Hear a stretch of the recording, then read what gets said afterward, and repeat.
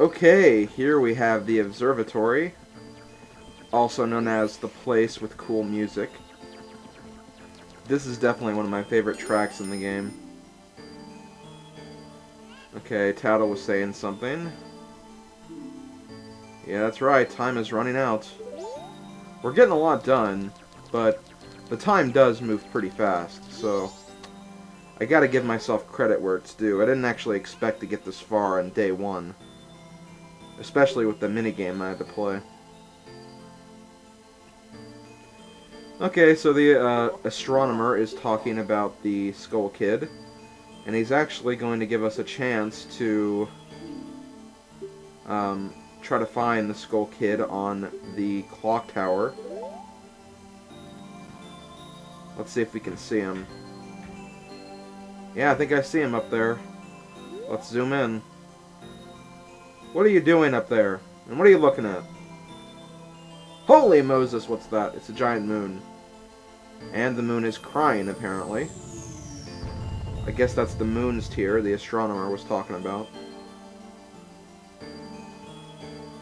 Hey! Don't you smack your butt at me. No one wants to see that. This is a PG-13 Let's Play.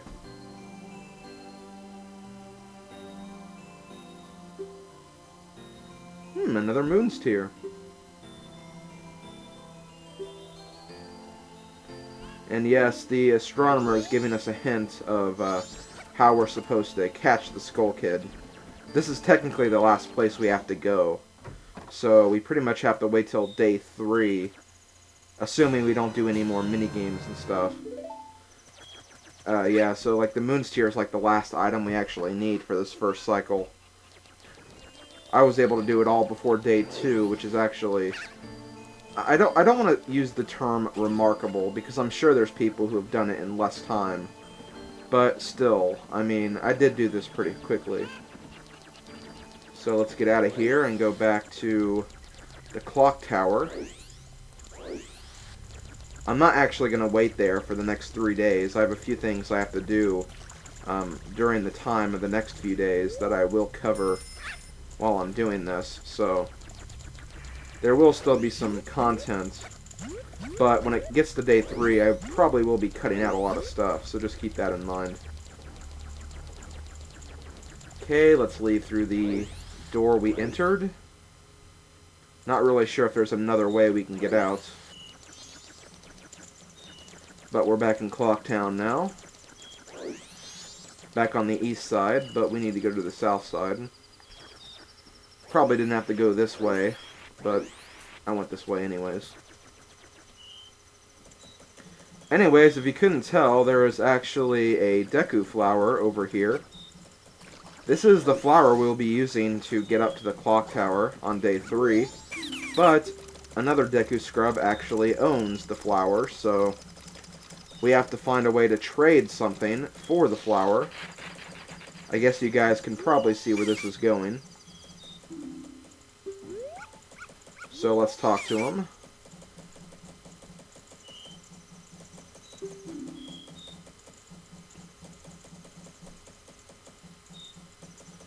Okay, so he wants a gift for his wife. And he wants a moon's tear. So, what do you know? I think we have one of those.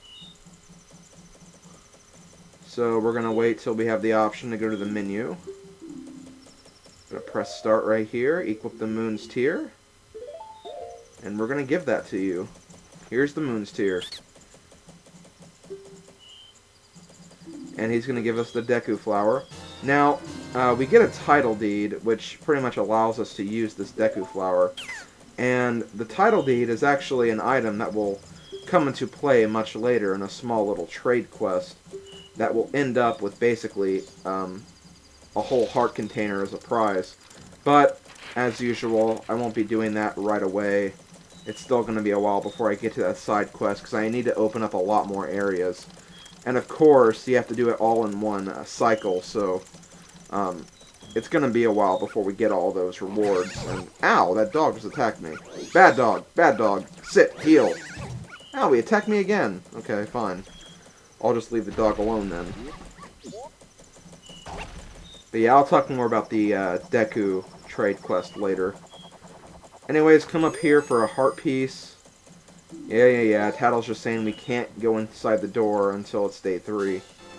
But we did come up here for the heart piece, so that's good. And I'm actually going to go get another heart piece. The second of 3 heart pieces we can get in this first cycle. I don't think you can get any more than that. Correct me if I'm wrong. I'm pretty sure there isn't, though. So we need to go to east side of Clocktown. Gonna go to this flower up here. I would enter the building from the main door, but I believe if you try to enter from the door on the bottom, it'll say that the inn is closed. But you need to enter the inn from the 2nd floor, so you can actually get inside. Now I need to find the bathroom, which is not up here. It is actually downstairs. Why do I need to go to the bathroom? You'll soon find out. Anyways, here's the bath. Whoa! Okay, that's kind of scary. Hi. Paper, please. Well, I don't have any paper, but I do have a land title deed. Do you want that? Okay, I didn't have to hit start. Never mind. Will this work? Okay. Oh, gosh.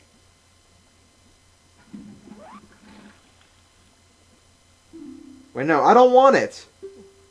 I don't want that. I don't want that if that's where it came from. That's just disgusting.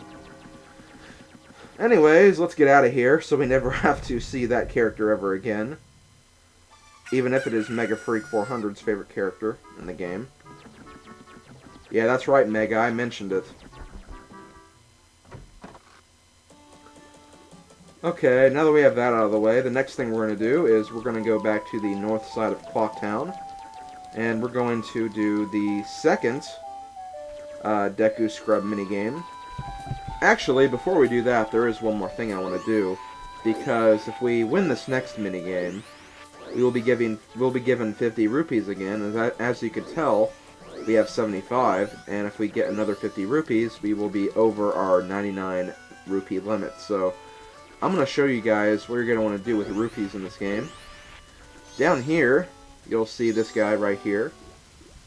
He is the Sell Me Something with C guy from Ocarina of Time.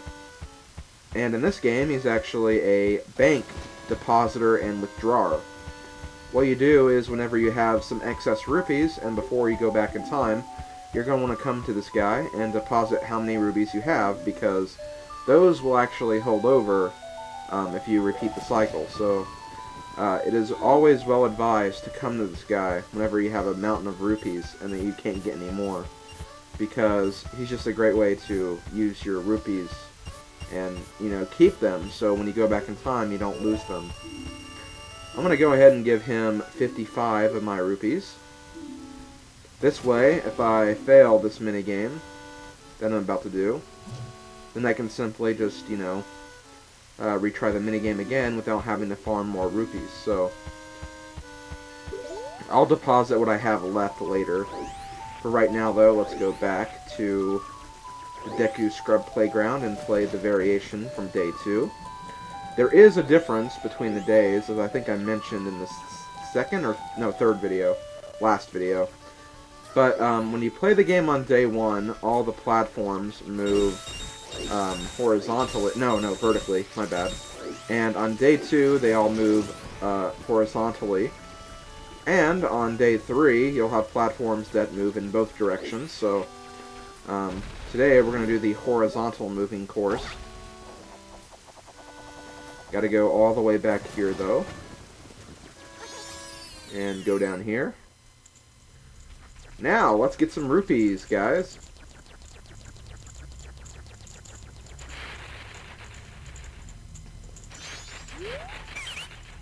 Yes, that's right. I'm here to start a new record. Okay. Let's get started. Okay, guys, if you couldn't tell, I did cut some footage right there. This is actually the third time of me trying this minigame. I actually did fail it twice. I did get a few rupees from this game during my second time, though, so I didn't have to farm any extra rupees, so hopefully I actually get it right this time. If you're seeing this attempt, I probably did. But, let's see, go over here. Okay, this course is actually pretty difficult because it's a little easier when they're moving up and down because you can at least get a feel for where the platform is. Here, you kind of have to land a little bit early, but, like, not really early because sometimes you'll land before the platform comes by. So, yeah, it's kind of difficult. I will admit that. This is a lot harder than I thought it was, but didn't have any trouble that time. Don't really have any tips for that minigame. You just have to have a feel for what you're doing. And there we go, a purple rupee, another 50 rupees. And we're done with this minigame for the second day. We'll, of course, come back on the third day and do it one last time.